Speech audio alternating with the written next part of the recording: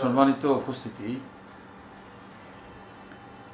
আমি আজকে আপনাদের সাথে কয়টা কথা বলবো। কথাগুলো আমার না, এই কথাগুলো পিনাকি ভট্টাচার্যের, বিশিষ্ট সাংবাদিক পিনাকি ভট্টাচার্যের এই কথাগুলো আপনাদের সামনে আমি উপস্থাপন করব আপনাদের মতামত জানার জন্য। পিনাকি ভট্টাচার্য এই কথাগুলো বলার আগে কথা বলেছেন, আমি যে কথাগুলো এখন বলছি এগুলো আমার নতুন কথা। আমি নিজে জুলাই সনদকে গুরুত্ব দিয়েছিলাম। আমি নিজে চেয়েছিলাম এনসিপি সহ সকল দল জুলাই সনদে স্বাক্ষর করুক। আমি নিজে চেয়েছিলাম জুলাই সনদ অনেক গুরুত্বপূর্ণ একটা কিছু, আপনাদেরকে বলেছিলাম। আমি আজকে আমার সেই কথা থেকে, সে বুঝ থেকে পিছনে সরে আসতেছি। দেখেন পিনাকি ভট্টাচার্য আজকে কী বলতে চাচ্ছে, কথাগুলা আপনি কিভাবে নেবেন, আমি কিভাবে নিচ্ছি, আমার কাছে আছে আমার বুঝ, আপনি কিভাবে নিচ্ছেন তার কথাগুলো একটু যদি আপনারা আমার এই ভিডিওটা দেখার পরে কমেন্ট করে জানান তাহলে আমি খুশি হব। পিনাকি ভট্টাচার্য বলতেছে যে জুলাই সনদে কী বাজ, জুলাই সনদে এমন কোনো বিশেষ কিছু নাই যেটার আইনি ভিত্তি সারা জীবনের জন্য থাকবে।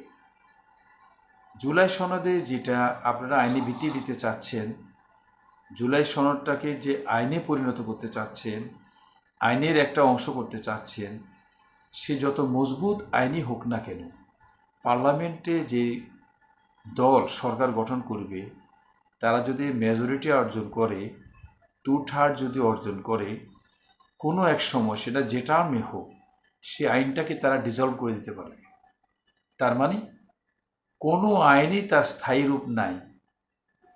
তার অন্যতম একটা উদাহরণ তিনি দিয়েছেন যে শেখ মুজিবুর রহমানকে হত্যা করার পর 1975 সালে 26শে সেপ্টেম্বর তারিখে তৎকালীন রাষ্ট্রপতি খন্দকার মোশতাক একটা ইন্ডেমনিটি অধ্যাদেশ পাশ করেছিলেন। এই ইন্ডেমনিটিটা পাশ করার উদ্দেশ্য ছিল যারা বঙ্গবন্ধুকে তথা শেখ মুজিবুর রহমানকে খুন করেছিল তাদেরকে দায় মুক্তি দেওয়ার জন্য। কিন্তু উনি এটা উদাহরণ দিচ্ছে ডক্টর পিনাকি ভট্টাচার্য, আমি ওটাই বলছি আর কি। কিন্তু সেই ইন্ডেমনিটি অধ্যাদেশ দিয়া যারা খুন করেছিল তাদেরকে কি দায় মুক্তি দেওয়া গেছে? যায়নি তো। 2020 সালের পরে তারপর যাইয়া 19বিংশ শতাব্দীতে, এখানে 20 শতাব্দীতে আইসা এদের তো প্রত্যেকের বিচার হয়েছে, ফাঁসি হয়ে গেছে।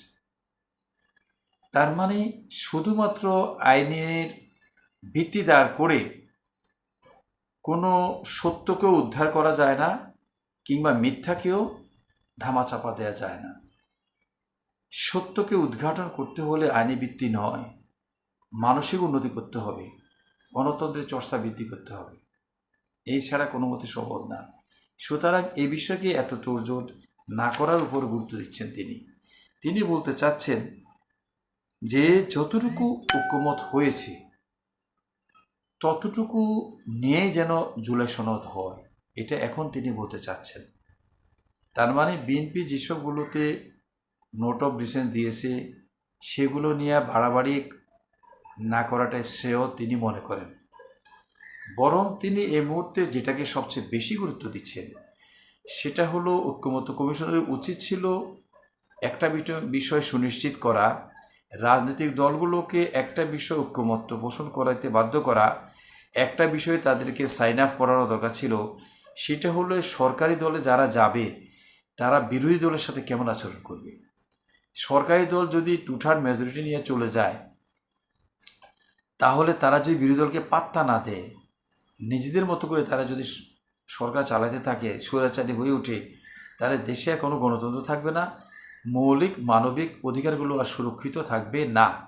তারা যেন সরকারি দলে যাওয়ার পরে বিরোধী দলের মতামতকে প্রাধান্য দেয়, এই বিষয়ে তাদেরকে ঐক্যমত হওয়া দরকার ছিল। তেমনিভাবে পার্লামেন্টে বিরোধী দলের ভূমিকা কী থাকবে এটা নিয়েও ঐক্যমত হওয়া দরকার ছিল। যেমন 173 দিন সংসদ বর্জন করার যে রেওয়াজ ছিল এই দেশে, যে সরকারি দলে আমি যেতে পারলাম না কেন, আমি সরকার গঠন করতে পারলাম না কেন, একটা দিনের জন্য এই সরকারকে আমি সুখে থাকতে দেব না, ঠিকমতো তাকে দেশ পার্লামেন্ট চালাতে দেব না, দেশ চালাতে দেব না, এইরকম মানসিকতা থেকে বিরোধী দলে ফিরে আসবে। সরকারি দলে বিরোধী দলে যখন যারা থাকবে, ঐক্যমত্যের ভিত্তিতে তারা দেশটা পরিচালনা করবে। এই মতের উপর তাদের একটা ঐক্যমত্য হওয়া দরকার ছিল, এটা পিনাকি ভট্টাচার্য মনে করে। 3 নম্বরে তিনি যেটা বলেছেন, এটা বলে আমি আমার ভিডিও এখানে শেষ করে দেব। তিনি বলছে ইসলামকে ক্ষমতায় যাওয়ার পরে কিভাবে হ্যান্ডেল করা হবে। কি সেকুলারিজমের মতো যে শেখ হাসিনা যেভাবে হ্যান্ডেল করেছিল ইসলামের সাথে, যে বিরূপ আচরণ করেছিল, এরকম করবে, নাকি ইসলামপন্থীরা অতি উৎসাহী হবে? এ ব্যাপারেও একটা ঐক্যমত্য হওয়া দরকার আছে। কারণ বাংলাদেশে 90%-এর বেশি মুসলমান বাস করলেও হিন্দু, বৌদ্ধ, খ্রিস্টান এরাও কিন্তু এদেশের সংখ্যা একেবারেই কম নয়। তাদের প্রত্যেককে নিয়েই, সব ধর্মের মানুষকে নিয়েই কিন্তু আমাদের বাংলাদেশ। সুতরাং আগামী দিনে ইসলাম বিষয়ে কেউ যেন ইসলাম ফোবিয়া ছড়াইতে না পারে। ক্ষমতায় যারাই আসুক, ইসলাম ভীতি কিংবা অতি ইসলাম প্রীতি কোনোটাই যেন বাংলাদেশের রাজনীতিতে ভর করে না বসে। এই বিষয়ে রাজনৈতিক দলগুলোর যৌথ একটা কনসার্ন থাকা উচিত, পিনাকি ভট্টাচার্য যেটা মনে করে। তাহলে যারা আজকে ওত পেতে আসে ইসলাম ফোবিয়া ছড়ানোর জন্য, যদি ইসলামী দলগুলো ক্ষমতায় আসে, তারা এটা করতে পারবে না। তেমনিভাবে যারা মনে করে না ইসলামকে একবারে ডিসলভ করে দেওয়া হবে, হ্যাঁ, জেনতেনভাবে ইসলামকে বিকৃত করা হবে, অন্যদের কথায়, বামপন্থীদের কথায় তাদের কান পড়া শুনে ইসলামকে একবারে নাই করে দেওয়া হবে, নামকা অবস্থায় থাকবে শুধু, এমনটিও যেন করতে কেউ না পারে। এই জন্য আগামী দিনে ইসলামের অবস্থা, ইসলাম হ্যান্ডেলটা কিভাবে করা হবে, সকল রাজনীতিবিদগণ, রাজনৈতিক নেতৃবৃন্দ একটা ঐক্যমতে এসে স্বাক্ষর করা দরকার। তার মানে তার মতে এই মুহূর্তে 3টা জিনিস ঐক্যমত হওয়া খুব বেশি জরুরি। 1 নম্বর কথা হলো জুলাই সনদকে অতি গুরুত্ব না দেওয়া।